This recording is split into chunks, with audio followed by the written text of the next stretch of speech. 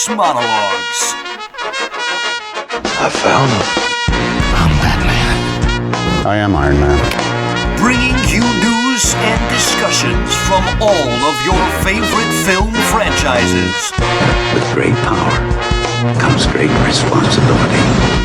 With Ben Rayson and Ethan Wentzloff.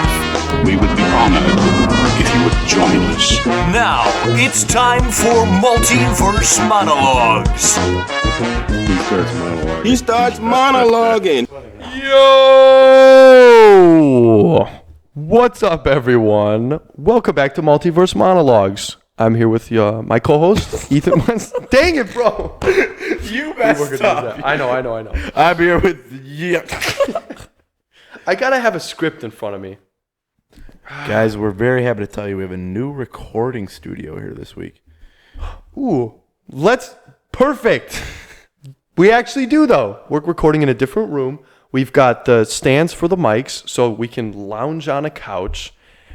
Very relaxed. I feel really professional right now. Right? It's beautiful. Welcome back, everyone, to Multiverse Monologues. I'm your host, Ben. I'm here with my co-host, Ethan Wentzloff. How are we doing this week? Yeah, dude. We just got off of a men's retreat. That was pretty darn epic. It was pretty darn epic. We had a good time. 4 days up in White Lake, Wisconsin. Just good time with the boys at the retreat, dude. So this week, though, we're talking Walking Dead mid-season finale. We're talking What If. We're talking Venom 2, Let There Be Carnage. And there wasn't a lot of news this week other than Book of Boba, so we'll just jump right into the news portion. Yeah, let's go. Because this week, we got it announced with an official poster. I know you've seen it. It looks pretty dope. Looks awesome. His armor looks amazing. But we have it confirmed now that Book of Boba Fett is going to premiere December 29th. At the very end of this year. Just adding to the crazy December we're going to have. Yeah. We got Book of Boba, Hawkeye, Spider-Man. Hawkeye pretty much the end of November, so that Hawkeye's going to be throughout December pretty much. What is November 30th, first episode? November 24th, I think. 24th. Or the day after Thanksgiving. I know. That's what it is. So that'll be happening then. And then Spider-Man No Way Home, there's The King's Man, if you're into that movie series. The Matrix 4, which is huge for fans of that series. I've only seen the first one. Yep, same. But it's gonna be a crazy December. I'm very excited for it. Yeah. But I think I was listening to a video, and it was the reasoning for Book of Boba releasing that late is because they're doing it so that when it ends, another Star Wars show will premiere at, I think, a week or 2 weeks after the Book of Boba Fett. So it's to promote their streaming service so that like Star Wars fans who log on and only subscribe to Disney Plus while the shows are running. Yeah. They just keep subscribing. They'll end it, but they won't do that if they have another show come out. Yeah, so that's exactly. why I think that's why they're doing that, which is, that's marketable for them and it's great for us. Heck yeah. More content. Do you know what show that's going to be? Or they haven't announced it yet? It's probably going to be Andor after Book of Boba. And then after that, Kenobi. It's going to flip-flop between those two because I think they finished filming at relatively the same time. Yeah. Andor finished first, though. Kenobi finished filming like 2 weeks ago. Yeah. Maybe even last week. He was out on a red carpet. Ewan? Yeah, Ewan. And for the Golden Globes, he won some kind of award, and he was sitting there, and they were asking him, and he was like, yes, well, we just finished filming Book of Boba Fett, not Book of Boba Fett, Kenobi, and he kind of like stuttered, and he was like, I think it will not disappoint, and he had like a smile on his face. Ben forgot to say spoiler alert that Kenobi's in Book of Boba Fett. No. I don't think so, but no, wait, that wouldn't make sense. No, I was kidding. He's dead. Well, dude, he could show up as a Force Ghost. He won't show up as a Force Ghost in Book of Boba Fett. But the director for that show said that he can't hype the show up enough because it is going to be so insanely epic. It's going to mainly be action focused, but I don't know how many episodes it's going to have. There's rumors. I've heard 4. I've heard 8. So somewhere in between those. But that's coming out December 29th. And look forward to that. I'm looking forward to it. That we're going to have no Star Wars for the next pretty much 3 months. So we're going to be away from that. But we've got... Actually, what do we have? Because Walking Dead has ended. What If's ending on Wednesday. We're going to have to get creative coming up real soon. No, we have a bunch of ranking videos. There are still movies coming to theaters that we can watch. 100%. Plus, I have a bunch of ideas on what I want to do for like ranking videos. Like we could do Marvel, we could do Star Wars, we can do Spider-Man. We have a bunch of ideas. Yeah, no. And if any of you guys want to see anything specific, just leave a comment down below and we can make it happen. And if you're really cool, you'll click subscribe. But, I mean, that's not everyone. So, Book of Boba Fett, December 29th. This week we got 3 new things. One major thing. And then for Venom, when we talk about Venom, I'll put another one there. But spoiler warning for the new What If episode, Walking Dead Season 11, Episode 8, the mid-season finale. It's out on AMC+. It's not out on cable. So if you haven't seen that, don't watch. And then also Venom, Let There Be Carnage, because there's a pretty juicy spoiler that we're going to get into that I cannot wait. So first thing, What If Ultron won? What'd you think of that episode of What If? I think it was the best episode of the series. The best episode? Even better than Doctor Strange? I think so, yeah. Because it connects the whole series together in a way that Doctor Strange didn't. That's true. Because you've had this watcher looking on all these different universe stories. And in this one, you actually get some interesting scenes with the watcher. And you get him involved in the story. Before, you're not really sure where this is going. But you're like, who's the character that's been in every single episode? It's the watcher, you know? I don't know who would. No, yeah. There's a little Easter egg. So there's one scene where Ultron is punching the Watcher through realities, and I saw a little thing, and it was one of the realities that he pushes him through is like there's like this lava place. It's Mustafar. I'm not kidding. From like Star Wars: Revenge of the Sith makes an appearance in What If episode. You can see it just in the background. You can see Vader's castle. I'm not kidding you. I'll show you the clip once we're done here. That's awesome. But he punches him, and it's a split-second scene. But the red lava planet that they get punched through, it's Mustafar. Everything that you can see that they show from like landmarks, it's a kind of a deserty area. Everything's kind of metal, and in the background, if you look up an image of Vader's fortress, it's the same thing. That's really cool. And so they could do that. It's alternate realities. I mean, there's no end on how many universes and realities they can have. Yeah. I mean, Hawkeye also references Star Wars in this episode. I forget when he does. The Death Star plans are not in the main computer. Yes. He says that. Yes. So. Okay. Yeah, no. So one of the things that I really liked about this episode is that this is what the movie should have been, in my opinion. Age of Ultron was, I mean, they have to tell their mid-season, they're kind of like mid-season Avengers story, I guess. And it's a shame that they picked Ultron because the event that we saw in What If should have happened in the movies. I picture an apocalypse-style setting with, I mean, this one had a Hawkeye and Black Widow, but you take a few band together, like in the Zombies episode, you pick from heroes from all the movies and stuff, and you have them as like a resistance-style event, and they're going after Ultron, and this is the whole movie. I think that would have been much more compelling than just standard Avengers level. I mean, the Age of Ultron was 2 days, you know? Yeah. The thing is, in order to do that, it was so early. Still in the MCU. I mean, it was the end of Phase 2, but I think it was a little too early to go all apocalypse now. You know, just you know what I mean? Yeah. Like no, what you're saying is you wanted the whole. What were you saying? But they pick a different villain then. Yeah, that's what I'm saying. Like because Ultron's main thing is that he wants to bring peace in our time, and he wants to destroy everything. I'd like to see that. Well, I guess we kind of got to see it in the 33 minutes of this episode, but I mean, I want to see a movie of that because I'm with you. It's either number 1 or number 2 for me. The Doctor Strange one is really good. It is really good. And he makes an appearance at the end of this episode. This episode builds off that too by having him appear at the end. One interesting thing, today, on Mondays, they released the teaser poster for the upcoming What If episode.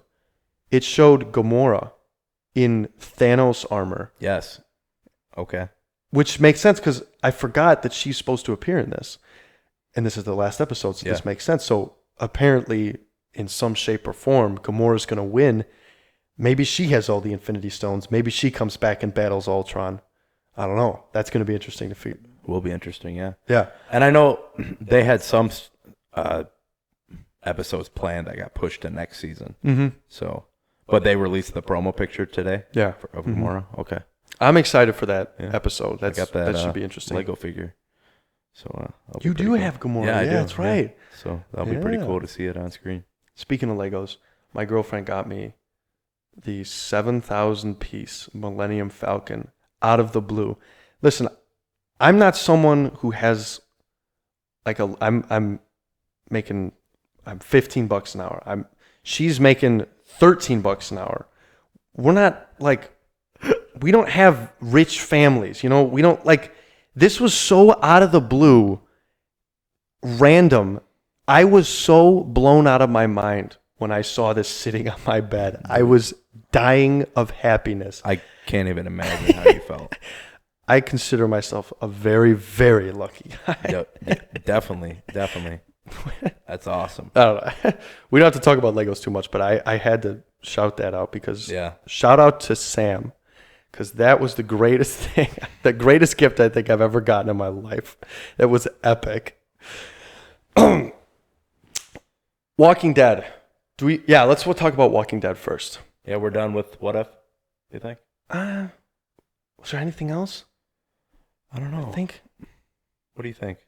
I don't know. Performances were good. Whoever voiced Ultron was really good. Yeah. It wasn't James Spader, but whoever it was did Ross a great Marquand. job. Yes, no, wait. Our boy. Ross Marquand from Walking Dead. Yeah. Aaron, dude. I couldn't believe, because he voiced also Red Skull in Infinity War and Endgame. Yeah, he did. He's just going to play all the MCU banners. Invincible, he played quite a few characters in there.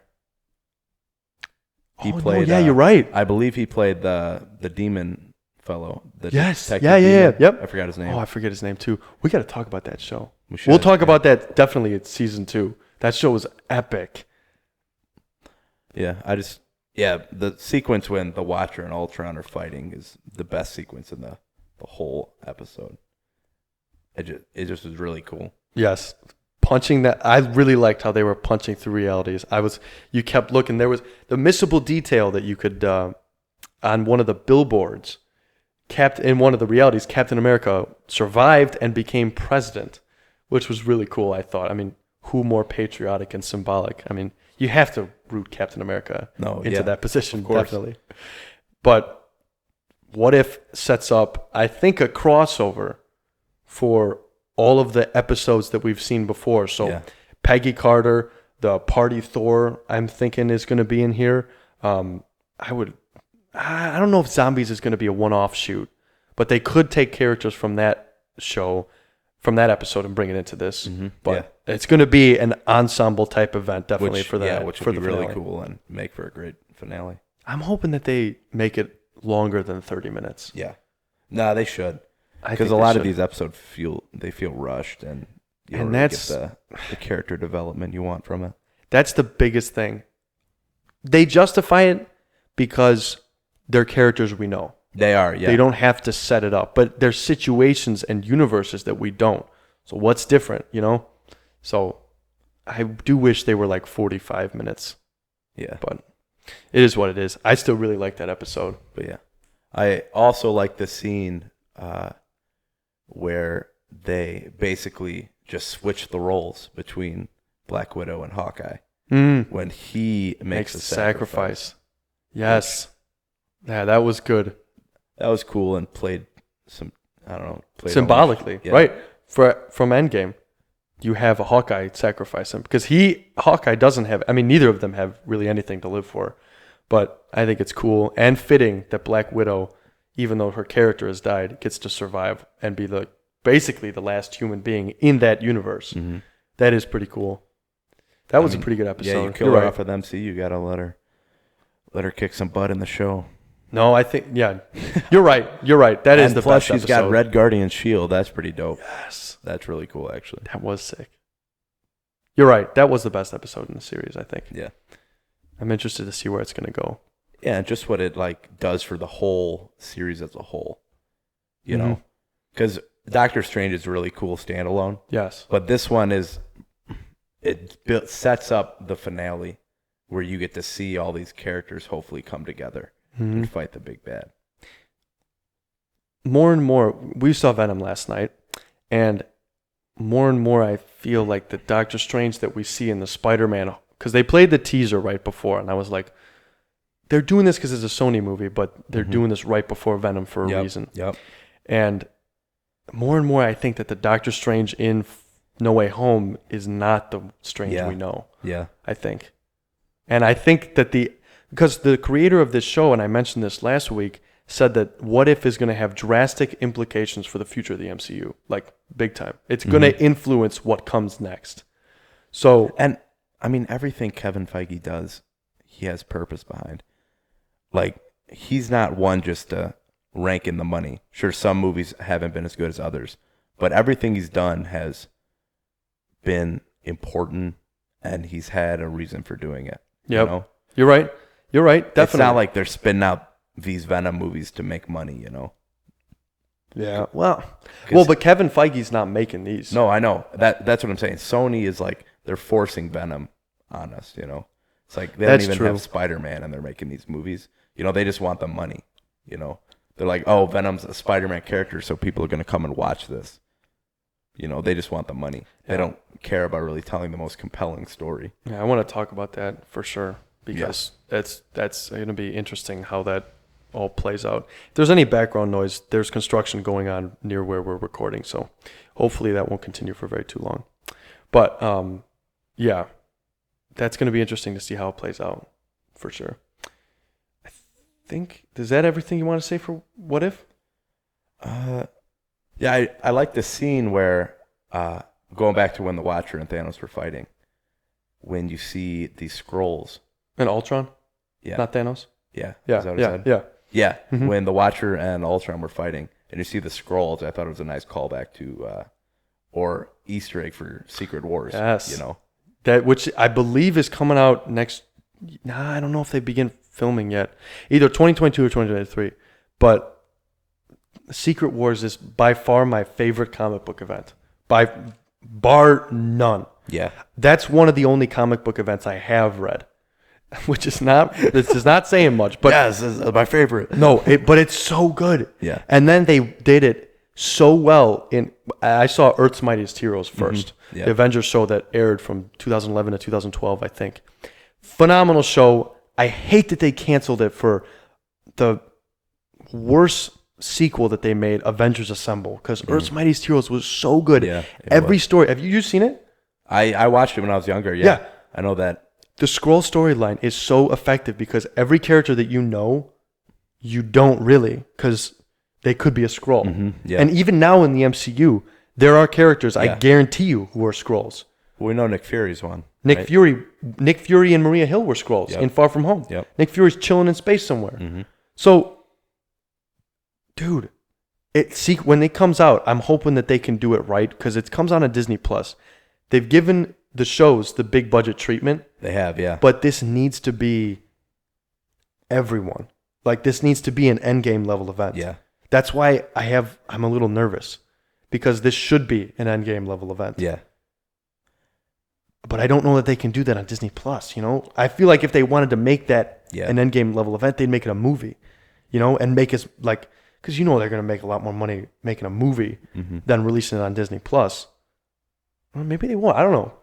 But I mean, maybe they just think this is the best way to tell the story is in a show format. That's true. I mean, you do get like 4, 5, 6 more hours on television than you do at a movie. Yeah, it's a lot more drawn out, and you can actually maybe do the things you want and have the twists you want and have it seem natural and non-forced, you know, and don't have to rush it, you know. Yeah. It has potential to be not just a great Marvel show, but a great show in general. Because you know how these Marvel shows that they roll out, like especially Falcon and the Winter Soldier and Loki. Loki was good. No, you know what? I don't want to downplay Loki. Loki was awesome. I don't want to downplay. No, yes, I don't want to downplay Loki. Loki was great. I'm not going to. I'm just not going to because I almost said that. But like WandaVision and Falcon and Winter Soldier, like they're good shows, but they're MCU shows. Like you take out the MCU aspect, it makes it a little bit less interesting because like you can't have certain things work out and stuff. And you know, I don't know. They're MCU shows, but like they don't rank near like the best shows of all time. You know. I know, but that's what makes the whole MCU compelling is how they're all part of each other and they're all connected, you know? That's not necessarily going to succeed on its own, but it's because it's part of this greater universe that we all get to enjoy, you know? But that's what I'm saying. I think Secret Invasion could be something that you watch on your own. Yeah. And just have it a phenomenal time doing it. You know, I don't know. Yeah. Yeah, that'll be cool to see. Yep, that's for sure. I watched Walking Dead this morning before I went to school. Oh, okay. I was making sure I got it in. And overall thoughts on the episode? I gotta say, it was a little underwhelming. Okay. In my opinion. Yeah. I'll tell you why. They ended on a cliffhanger, but it didn't feel natural, in my opinion. Spoilers for that episode. In this episode, you get the whole horde coming there. And I thought that was going to resolve the conflict between the Reapers and the Alexandrians. And I guess it's fine that they don't. I mean, they kind of do because Pope dies. But, I mean, it was, I don't know, the ending felt so abrupt, you know?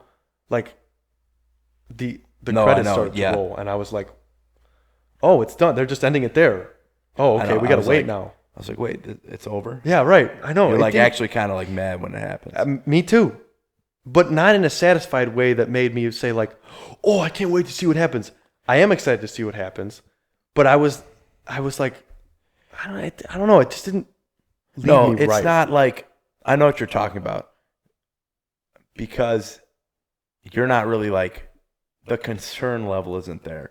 No. Like, Maggie and Negan are standing right there. But they're not going to kill those characters with a freaking arrow missile. No. You know? It's like, no part of me thinks they're going to die right there. Either one of them. There it is. And that's what it is. That's right why. There. Yep. It's because it's just going to start, the next slate of episodes, episode 9 is going to start, and they're going to like dodge a missile. And then it's like, okay.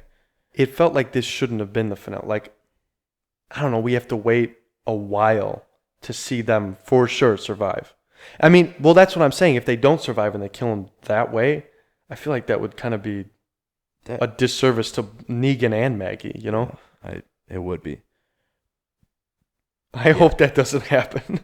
I personally hope both those characters survive the whole show. Oh, yeah. But absolutely. I wouldn't feel like it was satisfying for their deaths. I think if they had like... and Daryl's down there too with them. He's not dying. He's not going to die either. No. That's why it's not a good cliffhanger, because we don't really think anyone's going to die. Yeah. Except Elijah, maybe. But he's had no character development, and we really haven't got to know him well at all. Was he was the one who got shot, right? Yeah. He got the landmine. Exploded. Yeah. Hit his leg. I'm wondering, and I think this is what comes into it, because we talked about this before about how binge watching fixes some problems. If I was binge watching this, loading up the next episode, this is the first cliffhanger you've really had to endure and wait. You say like the season 6 cliffhanger when Negan's sitting there and he's pointing the bat at all of them. That's a good cliffhanger. You know someone's gonna die, so you're okay with waiting in anticipation. No one's gonna. Yeah, this one is. It's not convincing any of these people are gonna die. It's like, okay. You know, I don't know. I thought Rosita was going to die, though. You did? They played it. The music started playing, and she was like slow-mo, just taking zombies out when she exited the building, and she was the only one out there, which I thought was kind of weird. Like, why didn't they send more people out there, you know? But because she's a freaking beast. You know, she is. She came back in. Well, what did she say? She gave a great one-liner. I forget it. She's like, stay away from the window. Yes. That was epic. I was glad to see Rosita do something. We haven't really seen her do much. No, and I personally really enjoy Rosita on screen, and I think she's a good character. And I don't think they have enough of her. I definitely think they don't have enough of her, but I think I thought she was for a while, but everything they did in, I think, season 8 with the whole coffin thing with Sasha and her. Yeah. I think she wasn't really involved with the coffin. They were just both trying to sneak into the Savior's facility. Yeah. But yeah, no, I other than the cliffhanger, I enjoyed this episode. Yeah. Mm-hmm. I liked the stuff with Daryl. Yes. I thought everything he was doing was awesome. Mm-hmm. And the callback to last week's episode when he offered that dude that cigarette, he does the same thing this episode, but this time he stabs him in the neck and throws him over. I thought that was really cool that he used this relationship he built to manipulate this guy and do it for the good of his group. I'm surprised Leah didn't go with him. Yeah. Especially after what Pope did. But then again, it's like she still believes in family, like what she says. No, like her motivation makes total sense in my opinion after this episode. But I can't see her going against the Alexandrians, you know? Because of Daryl. Like she let him. She let him go. She let him go. You know, she called him out, but I mean, she stabbed Pope, and then Daryl took the killing stab. Is what I believe is what happens. She did both stabs. Oh, she did? She stabbed him in the neck, and then she walked over as he was crawling away, stepped on his back, and then stabbed him in the head. So both stabs were her. He killed that other guy who was lighting the missiles. Okay. Yeah. Yep. I was surprised at first that they would kill Pope off in 8 episodes. But then again, I mean, he hasn't had that much development. No, you know? Yeah. And I find it way more compelling with Leah running. Oh, yes. The Reapers. Absolutely, for sure. Mm-hmm. I think all Pope was just a placeholder until Leah has the throne. I like what she said to Daryl when she was like, do you ever think about what life would have been if we never left the cabin? Yeah. And it was almost like a kind of a bittersweet moment because I really enjoyed that episode from last season. I know that not a lot happened. It was kind of a Daryl walking through the woods episode, but I really enjoyed it. And it was like he almost found like some peace with this woman, you know, in the forest. Because you have him searching for Rick for what, a year in the forest alone? Yeah. And he finally finds like some peace, you know? I really like that. And then the callback to it in this episode. This season's done a good job at just making Leah likable. Yeah. And like I was all Team Connie. Yeah. But these 8 episodes really like made Leah grow on me. Mm-hmm. And so when she betrays Daryl in this episode, it really is like, dang, that sucks. You know? Yeah. It hurts to see that, but dude, you know what I am surprised about though? Virgil. Yeah, he had a conversation with Judith. Yes, and I actually like, dude, it's just the way that they've been doing this whole season. They've referenced Michonne numbers of times. Yep. And I was just like, dude, we're always talking about bringing Rick back. But like, Michonne left like literally like in Showtime maybe a month ago. You know, she could totally come prancing back. I had the same thought. I'm no joke. I was like sitting there. I was like, how cool would it be if Michonne came back at the end of like one of these episodes? It would have been awesome. And I mean, it really feels like they're going that way. You know, it's like you got Judith being all sad little girl over here, and Virgil who survived these freaking. Dude, but I thought Michonne said where she was going to Virgil. I thought she told him. I don't know if she did. I'm gonna have to go rewatch. I know that she found the boots, and maybe she's like, well, she didn't really even know where she was going. I guess that's true. She's just like, I'm looking for this dude. You know, I'm looking for Rick. I don't even know if she said Rick to him, but yeah, I'm surprised they didn't do anything to wrap up the Commonwealth story. No, Commonwealth is gonna go on. Well, like reference it or do anything with that in the mid-season finale. Because when is the next few pack of episodes come out? February at earliest. Yeah, sometime in February. There's no official date. Let me look that up because I want to know. Because I was wondering that today. I was like, when are we getting more of this? Because I'm still. Don't get me wrong. I'm still genuinely invested. It was just the post-credit, not post-credit scene. The ending scene that they left us on was not as good as I wanted it to be, you know? No, it was like, okay. It was like more frustrating than anything, you know? Which, I mean, that's good too. I mean, it makes us want to watch the next slate. I mean, you got all 3 major arcs ending in cliffhangers. You got the Alexandrian people trapped in this house with walkers everywhere. You got Judith and Gracie stuck in a flooding basement. You got the rest of our group fighting the Reapers, and they're shooting freaking missiles at them, you know. But I mean, it's like this group survived landmines. I don't think these arrow missiles are. I don't know, I'm thinking at worst it hits Maggie or Negan in like a knee or an arm or a leg, you know. I don't think it. If either one of those people die, like they've killed people before, but these two are like the main. They are the main characters of the show right now. They've been the focus of this whole first bit, you know. So they can't do that, and Gabriel's up in like a sniper tower. Yeah. So he won't die. Which, if he was down there, I could see them killing him off. No, I could definitely see that too.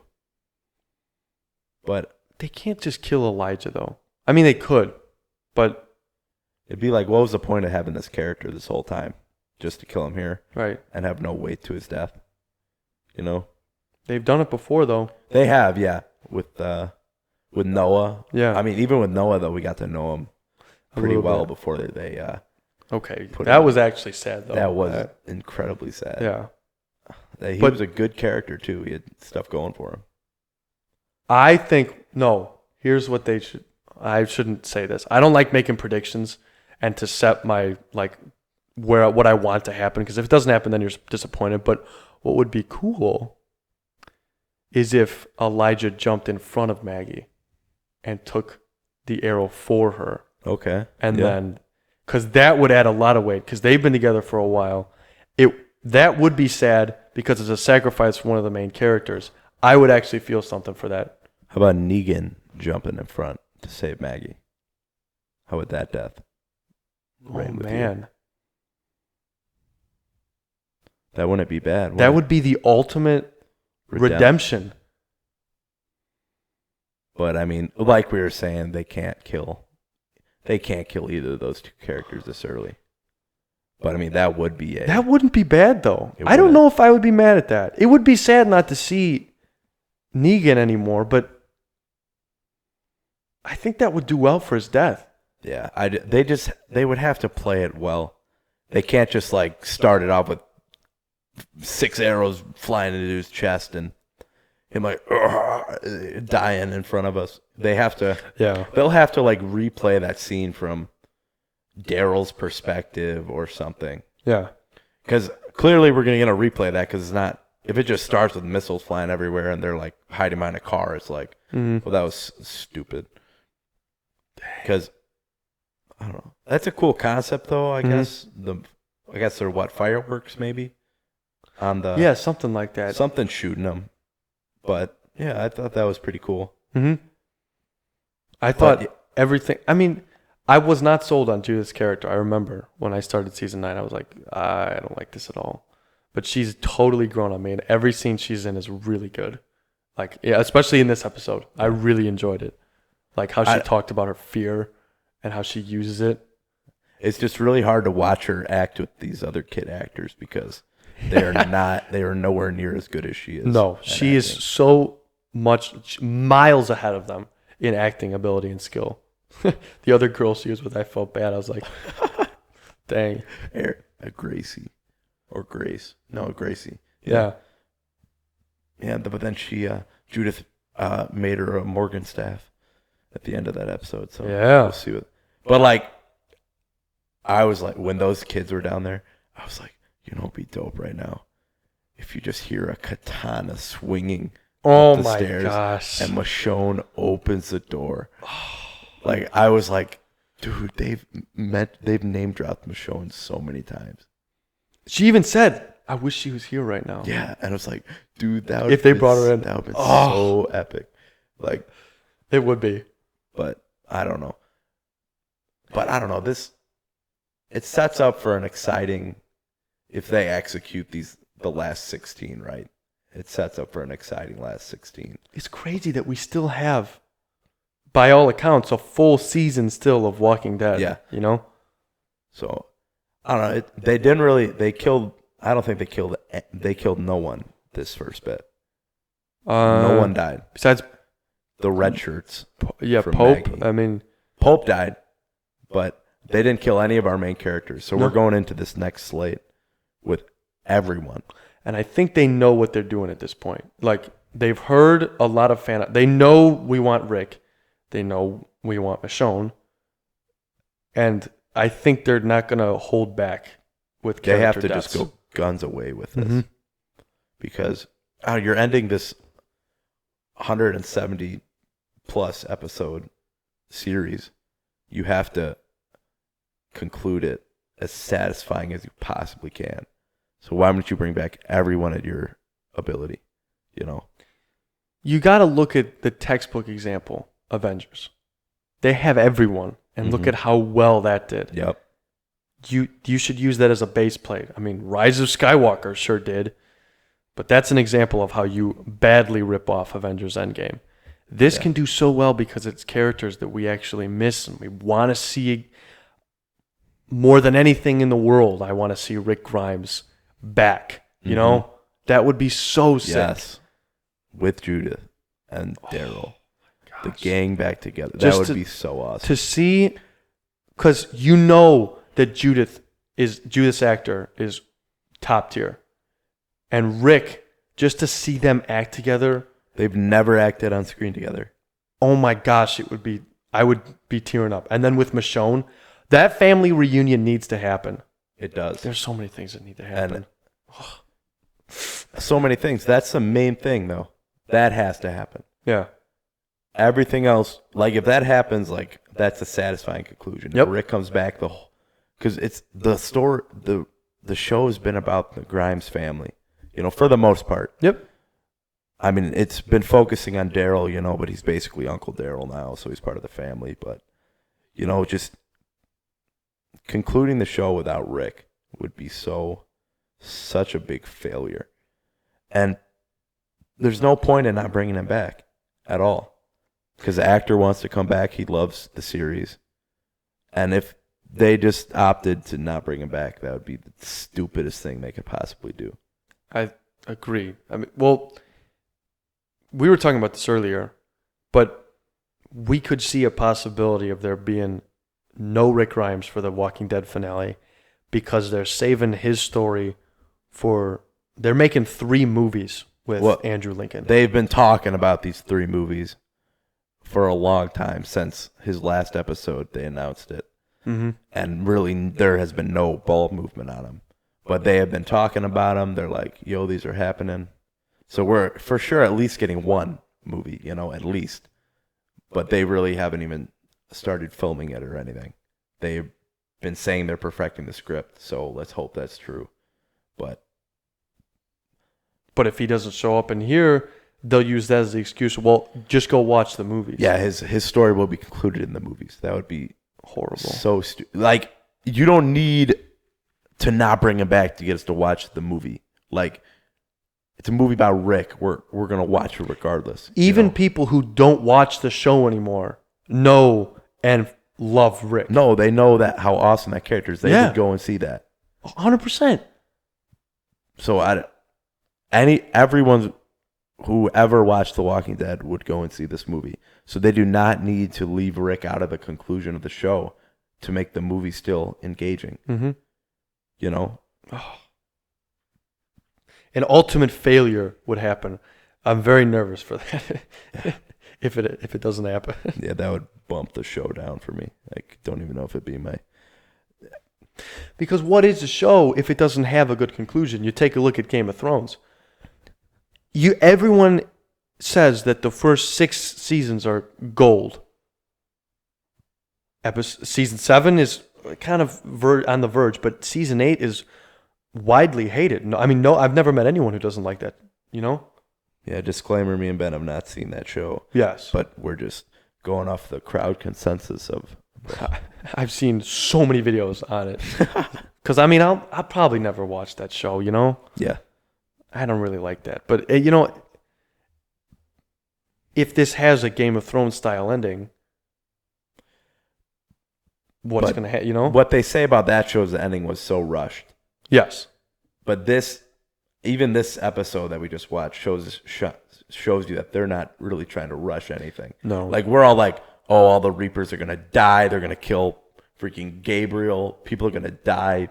There's going to be blood everywhere in this episode. And Angela Kang and Scott Gimble, they were like, no, we're just going to tell this story. We're going to make Leah the leader now, and we're not going to rush the ending of the show. We're going to just let it feel natural. And I mean, it does, you know. But that cliffhanger, though, we keep coming back to that.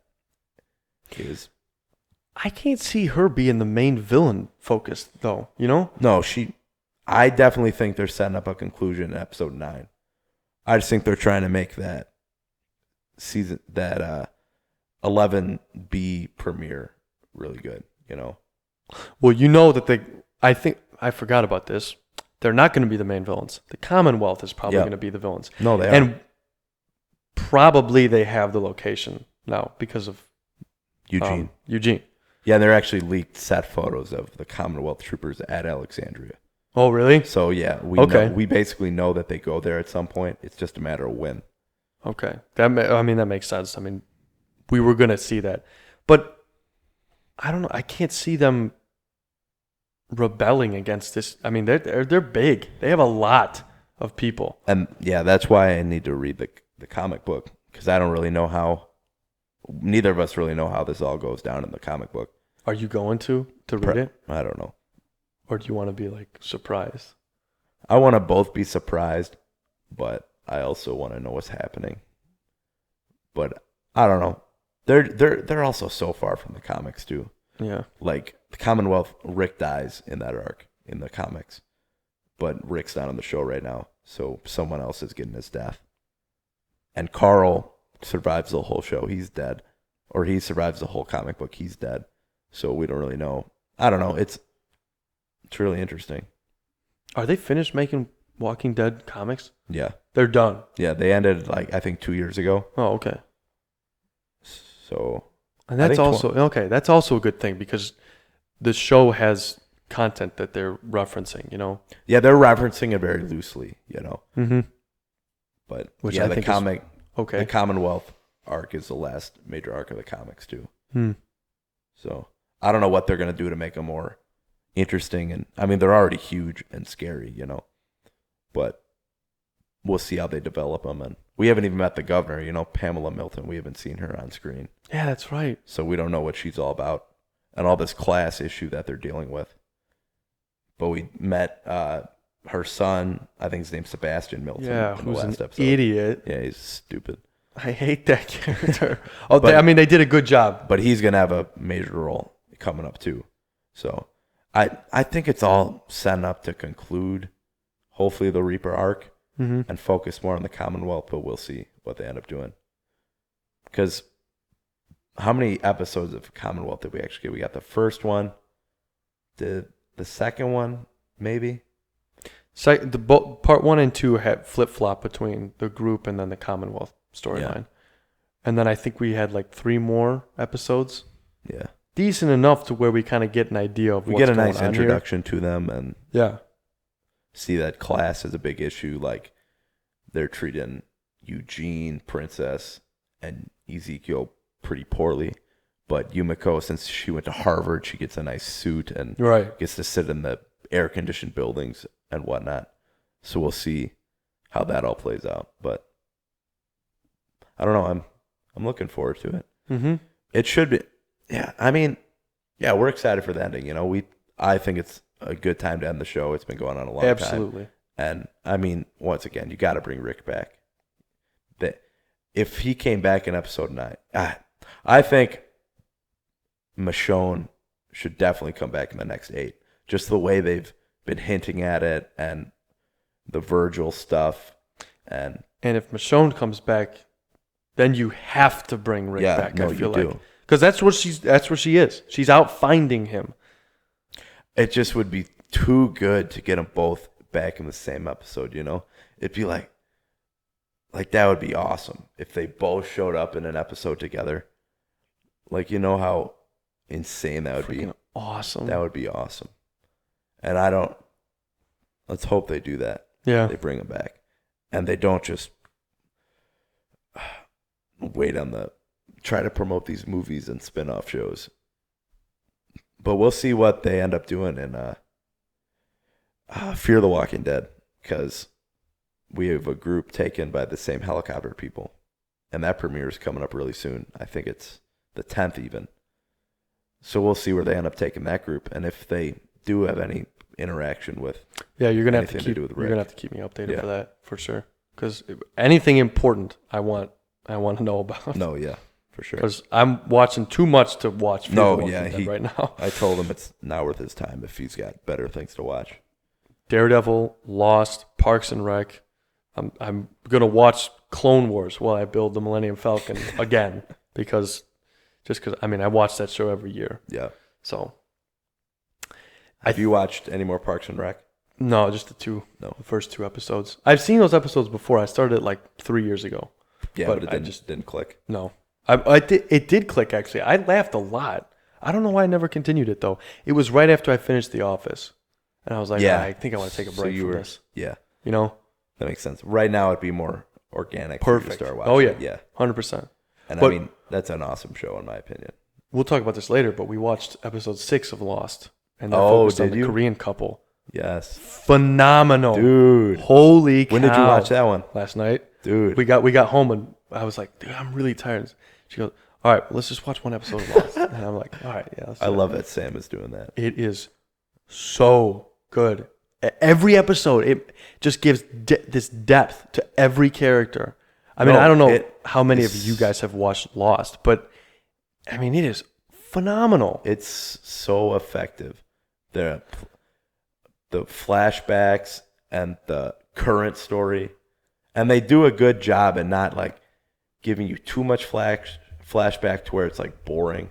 They give you like just enough, and it just makes the stuff that's happening in current time so much more engaging because you're seeing the relationships they've had before they're on the island. Yes. And just the life they were going through.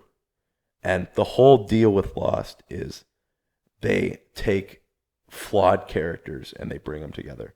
Every single character on the show has deep flaws. And it's a really good representation of humanity. Yeah. Because we're all flawed, internally.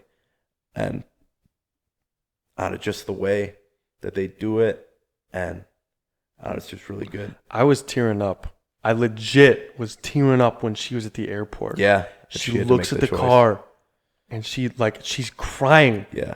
Because she does not want to be with this guy. But she can't do it. She can't get in that car and she goes with him. Jin has his flower and his little smile. And she sees the light she once saw in him, and she couldn't do it, bro. Dude, it's so good. I cannot wait for the next episode. Because I know, even though it's going to focus on another character, I know it's going to be good. So whose episodes have you seen right now? You've seen Locke. I've seen the Korean couple. Kate's episode. Did you see a Sawyer episode yet? No, not yet. Charlie episode? Mm-mm. So the pilot doesn't really focus on anyone. No. So then there's Kate, there's Locke, and then who was episode 5? Oh, that's Jack. And then episode 6 is Sun and Jin. Yep. Mm-hmm. So yeah, I don't know, which one have you liked the best so far? I don't know. This one was really good. Either this one or Locke's episode. But they're all so good. Dude, they do it so well. I was telling you, dude. The first season is like the best season of television I've ever seen.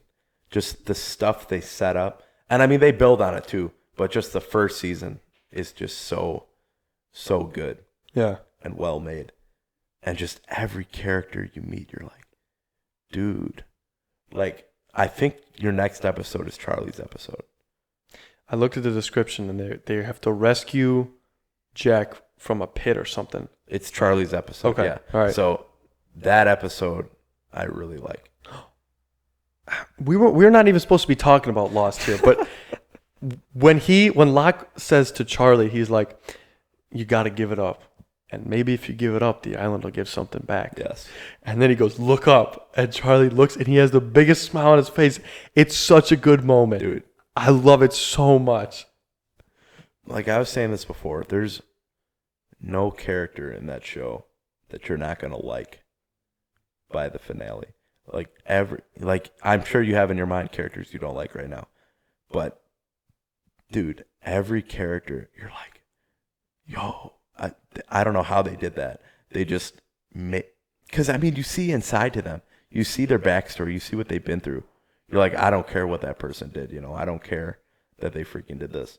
It's like you see who they are now, and just the change that you see that any person can go through. And I mean, that's the heart of the show. Is sure, there's mysteries. It's like, what's the deal with this island? What's going on? Why has a distress signal been going on for 16 years? But I mean, the heart of the show is the characters, and it's really character driven. Yeah.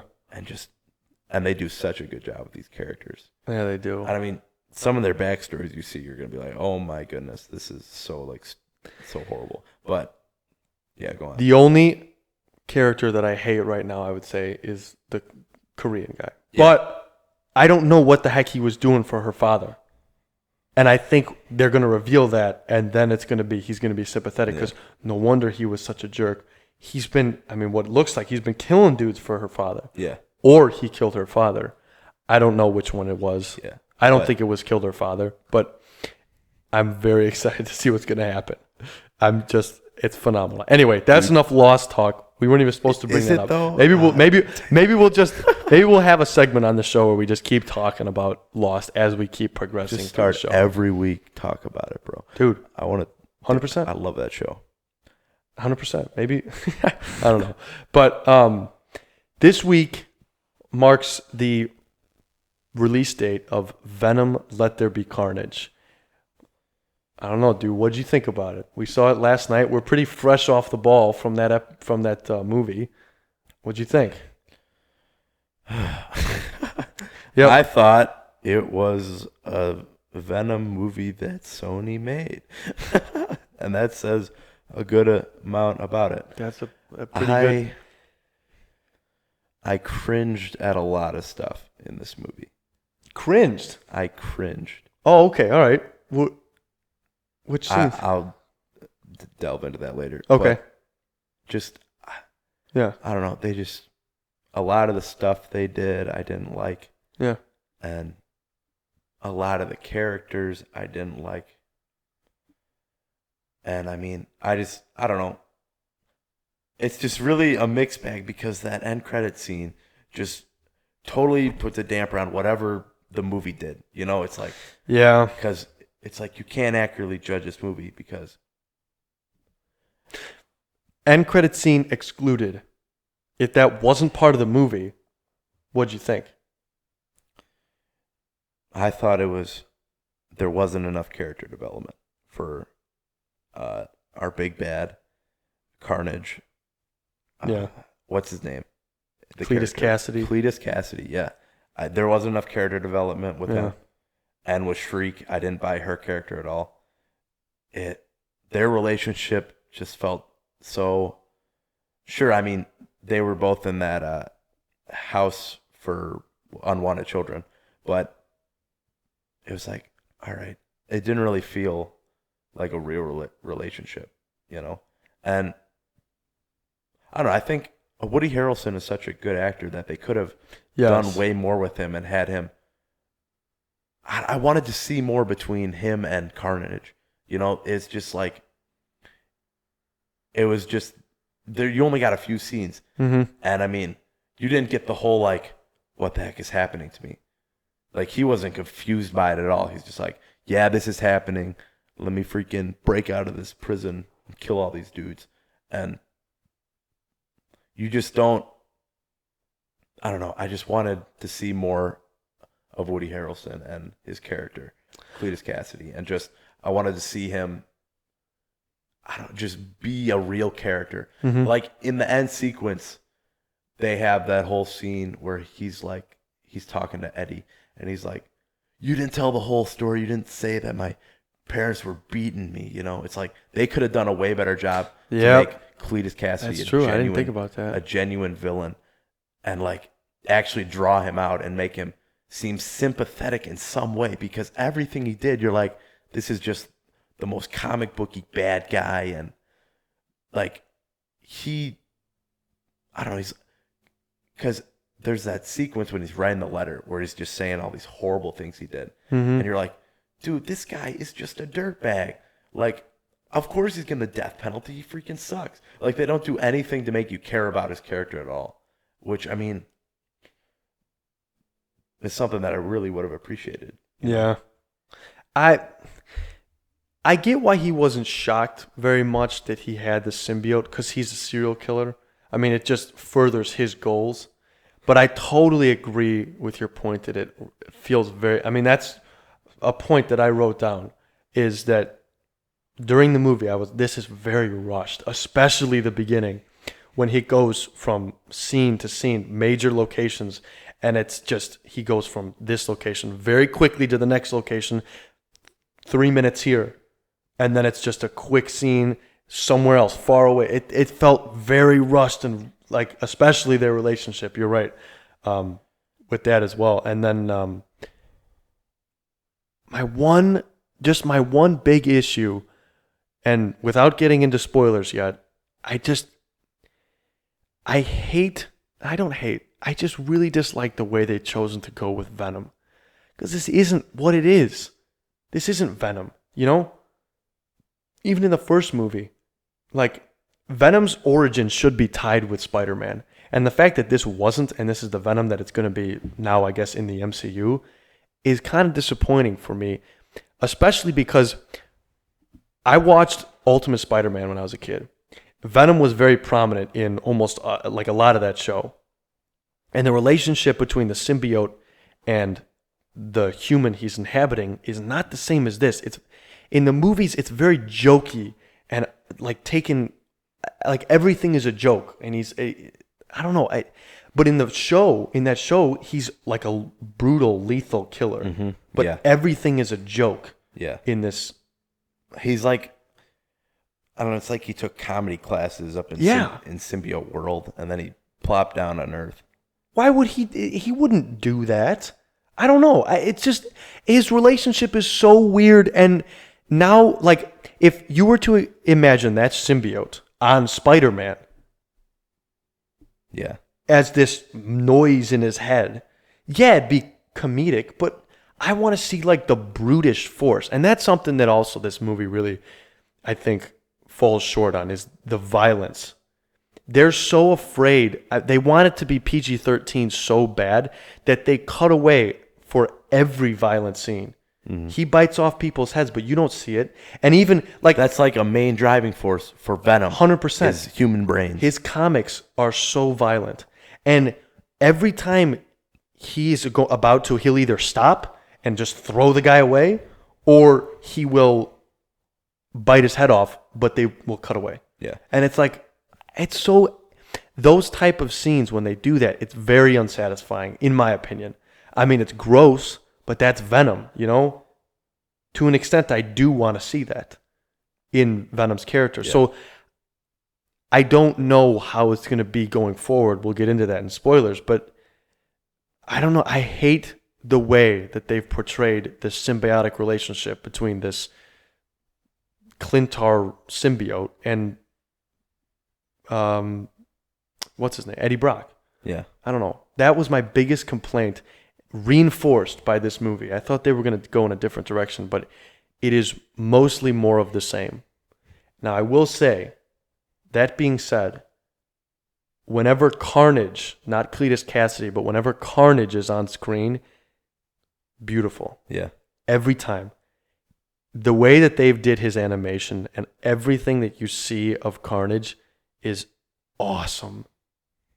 Genuinely, there were moments where it's like I was like, oh, this is awesome. Yeah. When he, you know what? From here on out, what else? Before we get into spoilers, I don't know if there's anything else. No, that's just. Yeah, just get into spoilers. There's a scene where he I think this is actually in the trailer actually, but he goes up right in between the cathedral window, and he has all the things going out, like all of his tendrils, and he does the big roar. My jaw was like dropped. It was so sick. And then there's a scene where he screeches out, "Let there be carnage." Yeah. And the lightning goes in the background. I was like, oh my gosh, that is awesome. Yeah. The whole ending action sequence I thought was pretty good, you know? And yeah, it really just like, I know you're saying you hated the relationship between Venom and Eddie. But I mean, that's basically what the whole movie was building up to, was the relationship between the two. And how Carnage and Cletus didn't have that relationship. They're like, they were fighting about Shriek and what the heck was going on with her. And they're like, he's like, he wants to marry her. Carnage wants her out of the picture. They couldn't get that harmony together. But, you know, we are Venom, you know. That's what Eddie Brock and Venom do. They come together in the end, and they're one, you know. And I mean, that's what the whole movie is building up to. And if you don't like that at all, then there's no way you can like the whole movie, you know.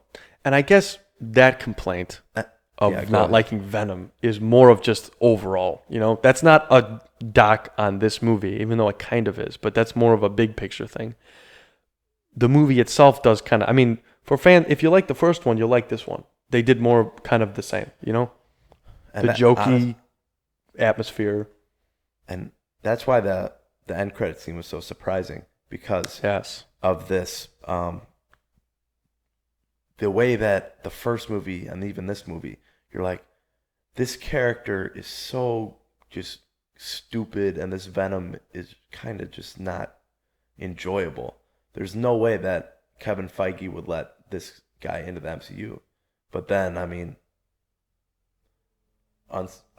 very surprisingly, that happened, you know. Mm-hmm. And well, let me pull up my notes before we talk about the post-credit scene, because that is going to be an interesting.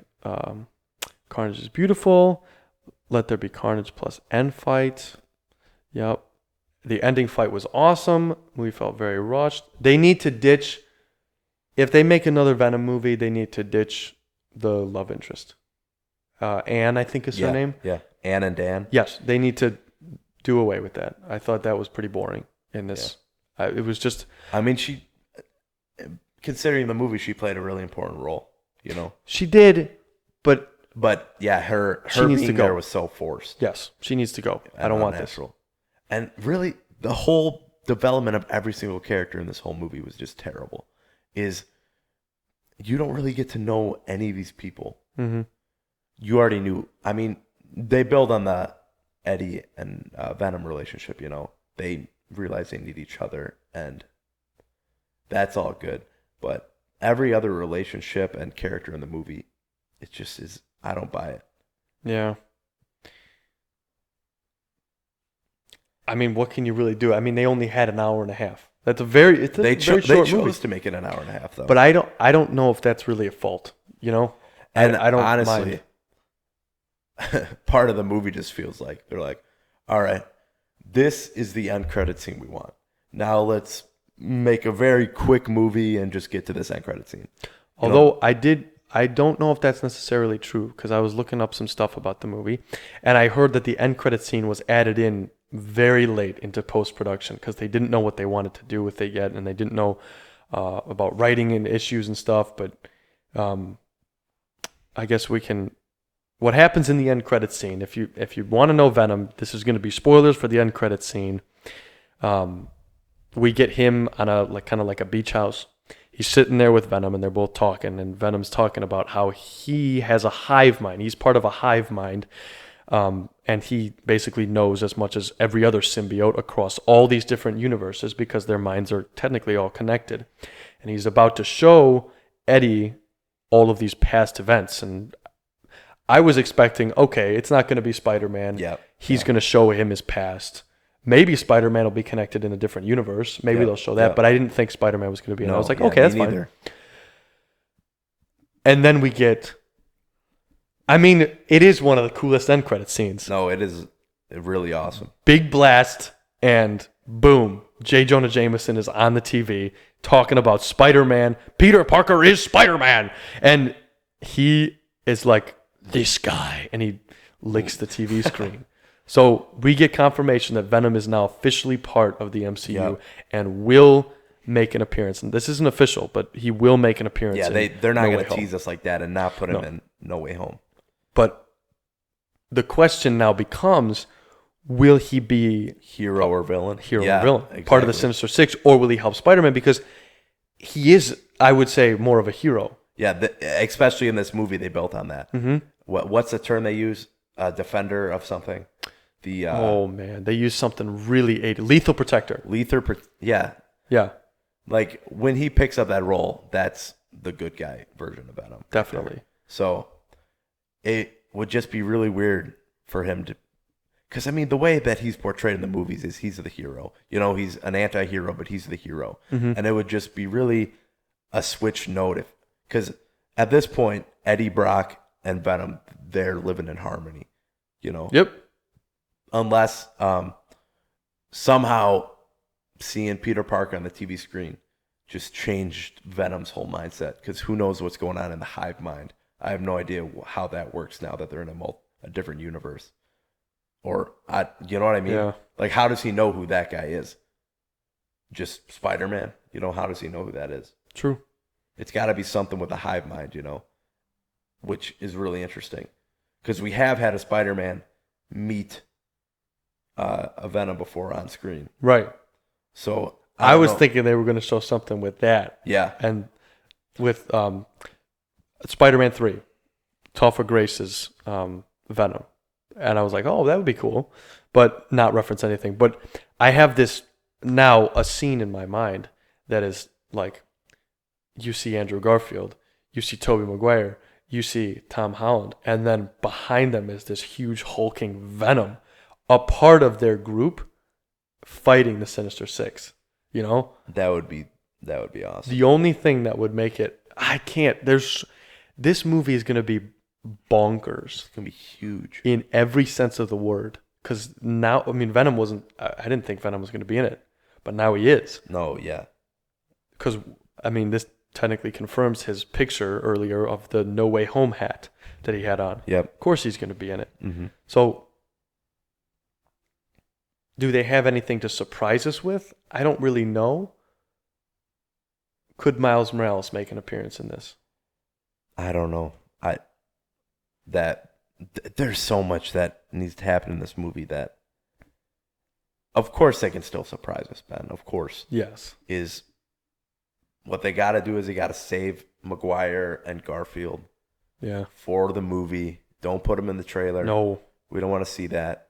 Because even like this Venom trailer, you see everything in the trailer. You see Cletus get the symbiote. You get... I don't know. You just see a lot in the trailer. Sony has that problem. Every trailer they release shows way too much of the movie. You know? And they're doing that with Spider-Man, but we'll see how... I mean, they didn't show Venom in that trailer. You'll see how this movie goes. I wouldn't be surprised if they showed one Spider-Man. You know? But if they show one Spider-Man, they're basically confirming that both of them are going to be in it, you know? They need to save those guys, in my opinion. Yeah. Till the movie. Because you know how awesome... like, you know how awesome it was seeing Tom Holland on that screen yesterday? Mm-hmm. Like, you know how even more awesome it's going to be? Because we were expecting that. Yes. I mean, we're expecting this too. But, like, we were expecting something big in that end credit scene and it still surprised us, you know? But, like, you know how awesome that'll be to see Toby swoop in, say, it's pizza time. Yo, that would be epic. They have, yes, they cannot put it in the trailer, but who knows what's going to happen? You know, it's going to be interesting to see how it's going to go. Very excited though. Yeah, that'll be really cool. Spider-Man No Way Home is going to be epic. I don't know. Was there anything else we wanted to say for Venom? Shriek. I mean, she's our Star of Pirates of the Caribbean, by the way. Tia Yeah. Dalma. I realized that halfway through the movie she was in it. I don't know if I liked her character at all. I thought every line of dialogue she had was not good. I was going to say, when you said you cringed at a line, I was like, really? And then I remembered one line. I forget what she says, but I remember cringing when she says one line. And I was like, I remember ugh. cringing when she talks, period. Every No, time. Just every time. I don't know why. That character, every time she said something, I just was like, oh my goodness. Yeah. Her and Venom said a lot of cringy things, in my opinion. And that whole, going back to Venom, that whole scene in that freaking nightclub, I thought was so stupid. Oh, yeah. It's like, unless all these people are the highest people they've ever met, they're not going to let this big symbiote monster. Oh, dude, nice costume, bro. costume. Yo, are you stupid? Yeah. Like, That works with Spider-Man because he has an outfit on. yeah. But no way does that work for Venom. No, he is like a symbiote goo dripping Yeah, no way. big old thing. And That is kind of stupid. I didn't even think of that. you during that scene, you didn't think of that. I just no, was well- thinking about how dumb that was. Yeah. I personally like Eddie Brock was like the thing I liked about this movie.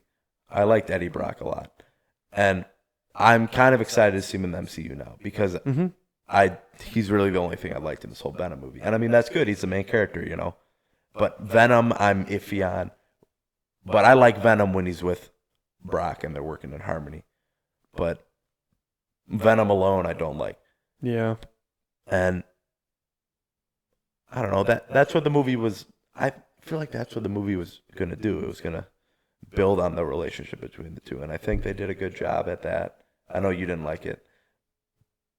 But I just felt like, I don't know, I felt like these two, by the end of the movie, they were in harmony. They were like, we're going to live together. Because, I mean, Yeah. you get that scene of Venom hopping from host to host, and no one can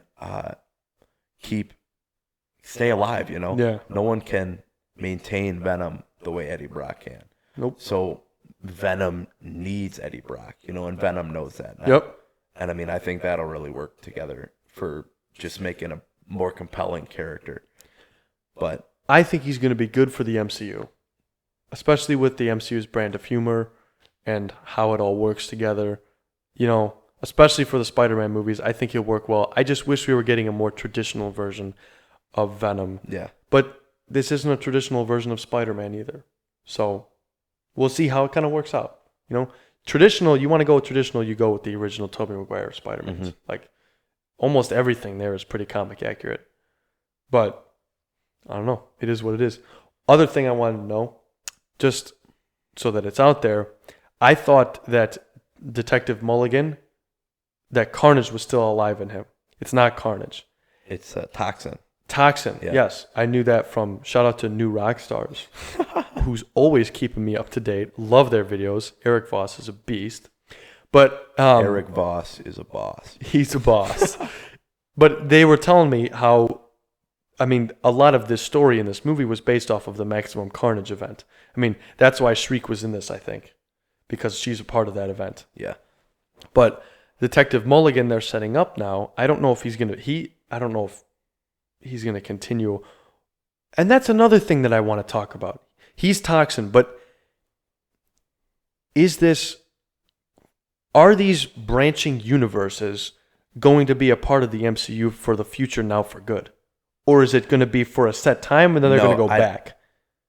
No, you see in the end credit scene, Eddie literally is plucked from his reality and dropped in a new one. Right. A new apartment, some random dude's apartment, or hotel room even. Because the dude comes out, he's like, who the heck are you, you know? Yeah.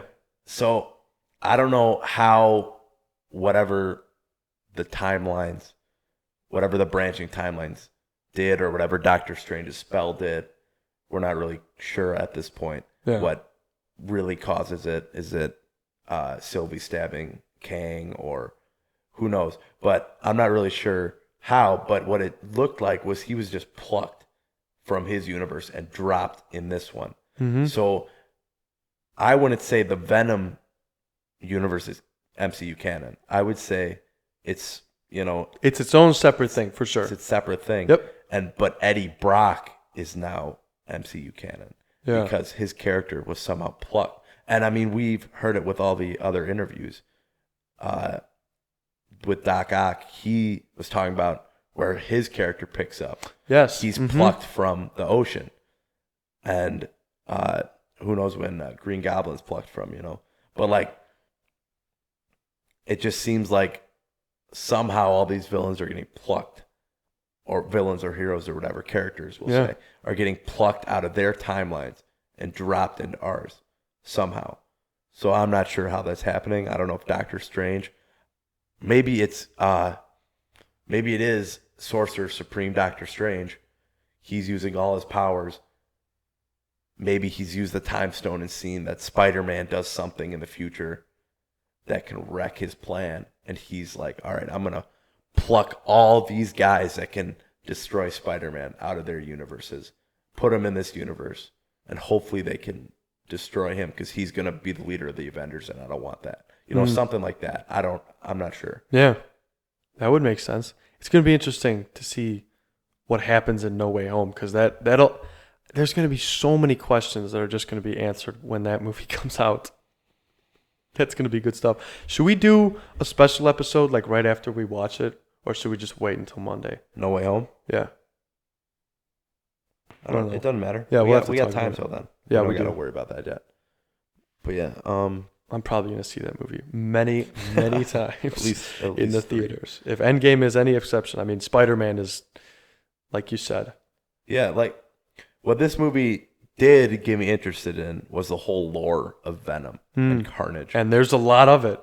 And so I went to the comic book store today on my way home, and I was talking to the dude there just about all the comics, and I was like, yo, what do you think I should read? I'm really interested in learning more about Venom and Spider-Man.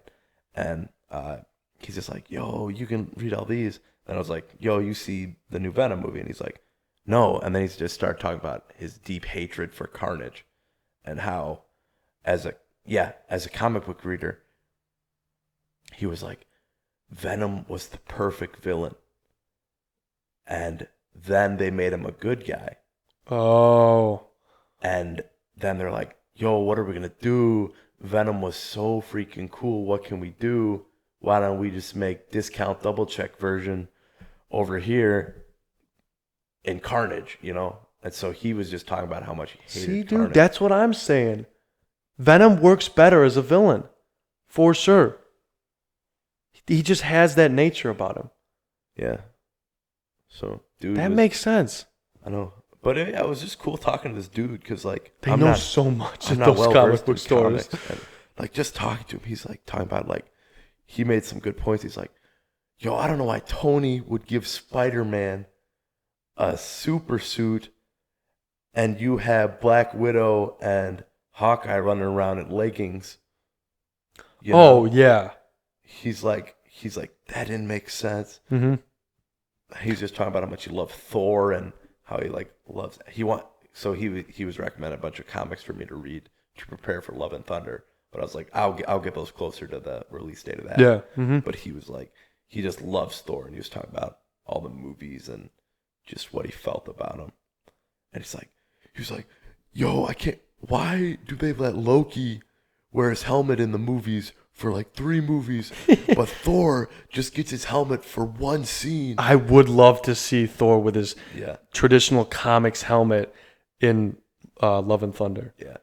But I don't know. It was just cool talking to him because just, we were talking about before separately how just being a comic book reader can sometimes ruin the experience of having a movie because you have expectations for how you want things to be. And it's just cool hearing that because comics are what built everything we're watching. Without a doubt. And it's just cool seeing that and seeing that from a perspective of someone who was so deeply versed in these comics and it was just his name was Rick. Shout out to Rick.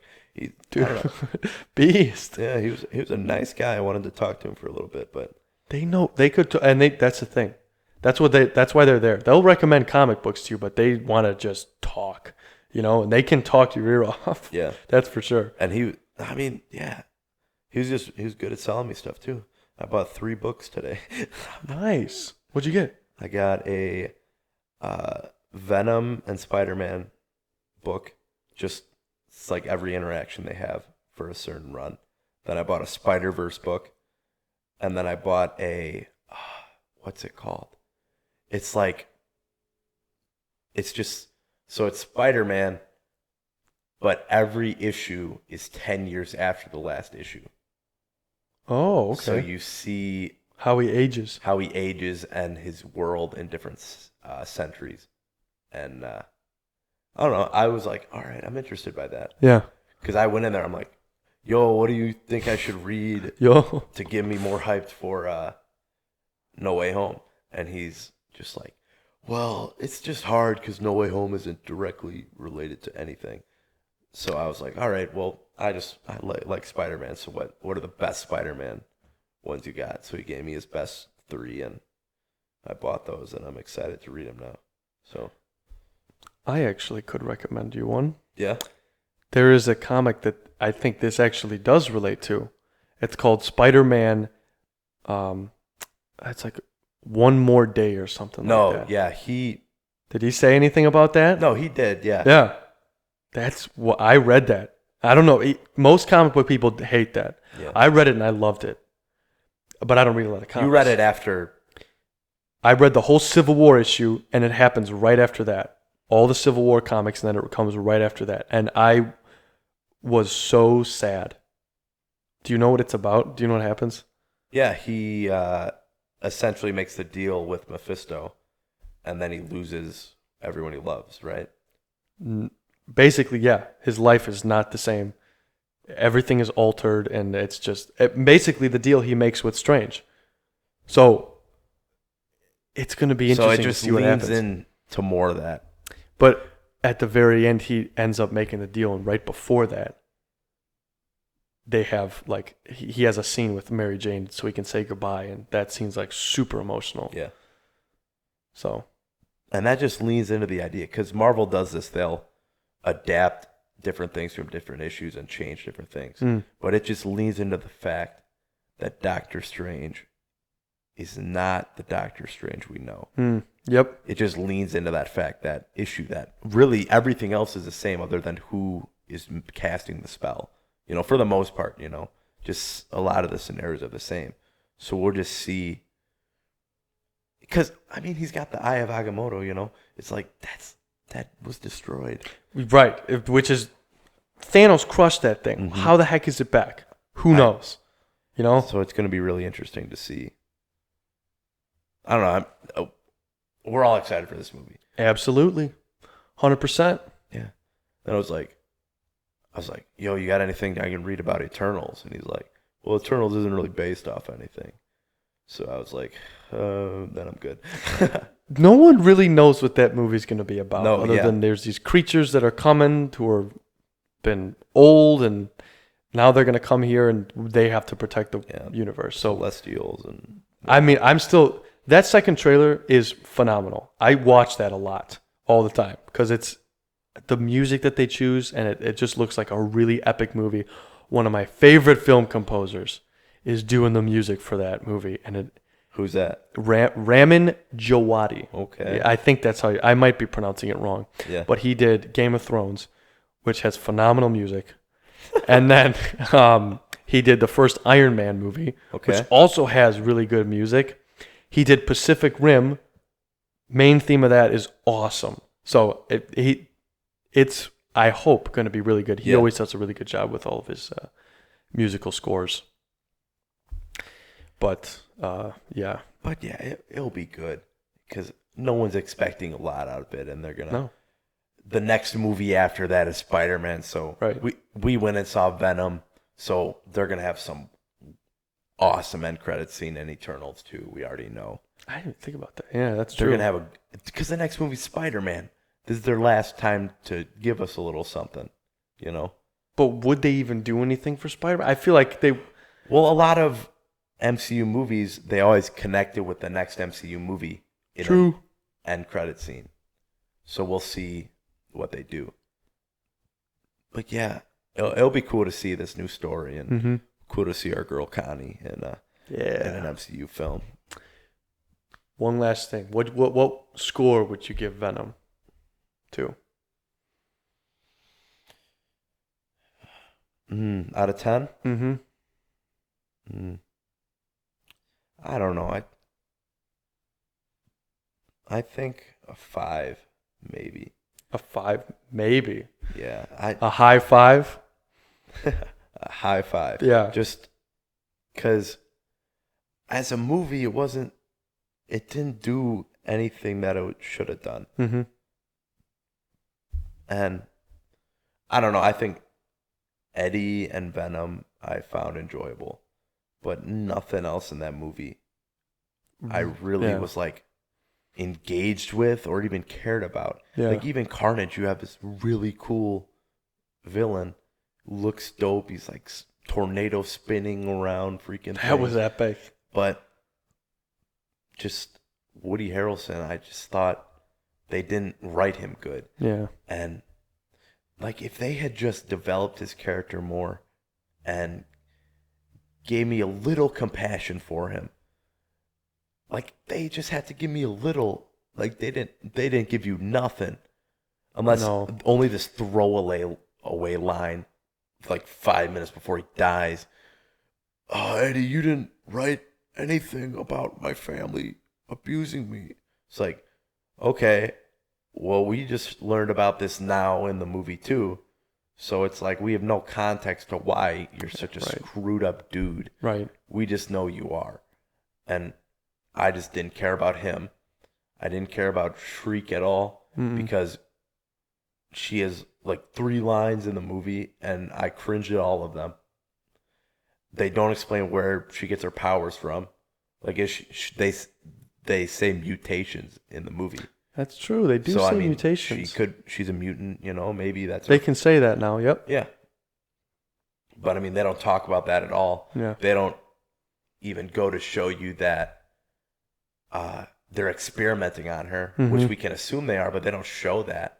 They don't make me care about Shriek at all. She's just this, you know, character that I don't care about. Pretty much. And then, like you said, Dan and Ann, they're like, all right, you're in the movie. What? They have an important role. Like Dan burns Carnage in that final church scene, and Ann brings the symbiote back to Eddie. But, you know, they don't make you care about them either. Yeah. And, I mean, even, what's the cop's name? Detective Mulligan, I think. Yeah, you don't even get a lot with him. Nope. He shot Shriek when, that's her name, right? Shriek? Yep.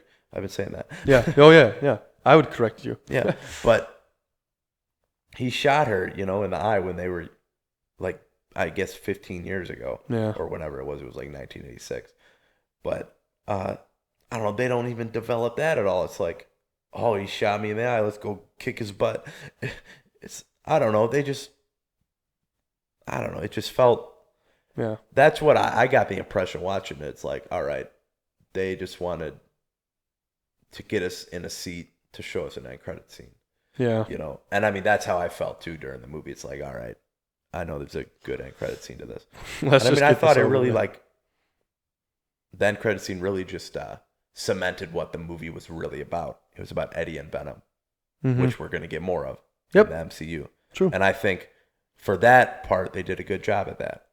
We had a good amount of time with Eddie and Venom, and we got to see the relationship, regardless if you like it or not. I'm not the hugest fan of Venom. I think he's all right. He's not good. He's not bad. You know, he's just like, I think he's an okay character. But Eddie, I like Eddie a lot. I think he's a cool guy. So I'm excited to see that in the MCU. And I think that's what the whole movie was about. It was about just making Eddie a character that we can be invested in. But I mean, no other character in the movie I was invested in, you know? Absolutely. You summed it up pretty much perfectly. I'd give the movie a 6 out of 10. I think I enjoyed it just a little bit more than you. I thought everything with Carnage was great, but you summed up a lot of what I think as well.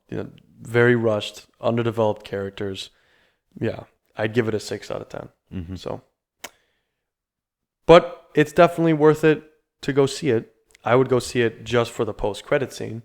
Pretty much. Post-credit scene, I'd give it 10 out of 10. 10 out of 10, absolutely. Yes. So I guess that'll bump my my overall ranking to a 5.3. Okay. All right, fine. All right, 6 But out of 10. It also did a good job. Like I was saying this before, it got me really invested in the whole lore of Venom and Carnage. It made me interested in that. Which, that's pretty cool, too. Just wanted to see more of that. And if that's all that's cool, Mm-hmm. So, it did get me to buy a couple books today, so I guess the movie did good on that part. Did its job, I guess. You spent more money on it. Exactly. 100%. Well, I think that does it for today. Yeah? We went I think so. an hour and a half, I think, if we delete what we had in the beginning. I think that'll do it. So, again, thank you to everyone who watched until the very end. We appreciate you guys. We've been really enjoying this process, I would say, of starting a podcast, pretty much.